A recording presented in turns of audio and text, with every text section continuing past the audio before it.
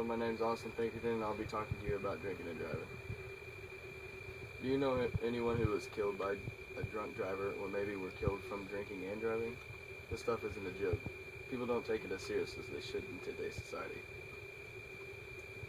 How alcohol affects driving. Many of the functions that we depend on to drive safely are affected when we drink alcohol. The brain takes longer to receive messages from the eye. Processing information becomes more difficult. Instructions to the body muscles are delayed, resulting in slower reaction times.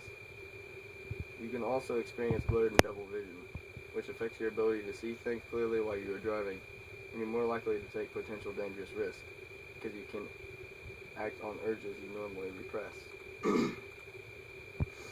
How would I be tested for drink driving? Even small amounts of alcohol affect your ability to drive, and the only safe advice is to avoid any alcohol if you are driving. If the police want to investigate whether you are over the driving limit, they will carry out a screening breath test to the roadside. To do this, they will use a breathalyzer.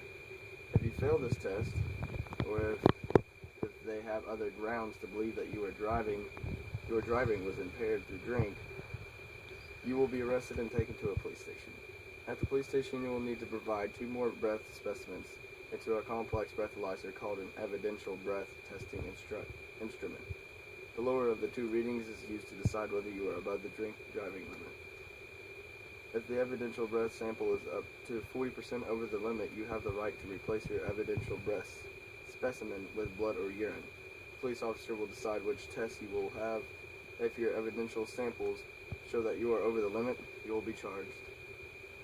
The police can carry out a breathalyzer test if you have committed a moving traffic offense, such as banned turns, been involved in an accident, or have even given the police officers grounds to believe that you are over the limit. The police are allowed to stop any vehicle at their discretion, and will often set up drink driving checkpoints over periods such as Christmas and New Year's Eve. What's the punishment if I get caught drink driving? Anyone caught over the legal alcohol limit when driving will be banned from driving for at least 12 months and fined up to $5,000. You can also be sent to prison for up to 6 months imprisonment.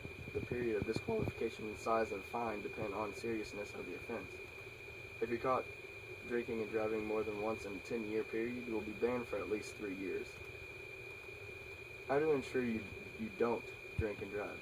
Arrange within your group of friends who's going to be designated driver. A designated driver is the person who abstains from alcohol on the night, so that he can drive the rest of their group of friends home safely. If you live somewhere with good public transport links, take advantage of them. If you're planning on staying out beyond the last train, tube, or bus, make sure you've got a couple of taxi numbers. If you have no option but to drive, stick to 0 alcohol beers, mocktail, or standard soft drinks. Not every night has to involve a bar or pub.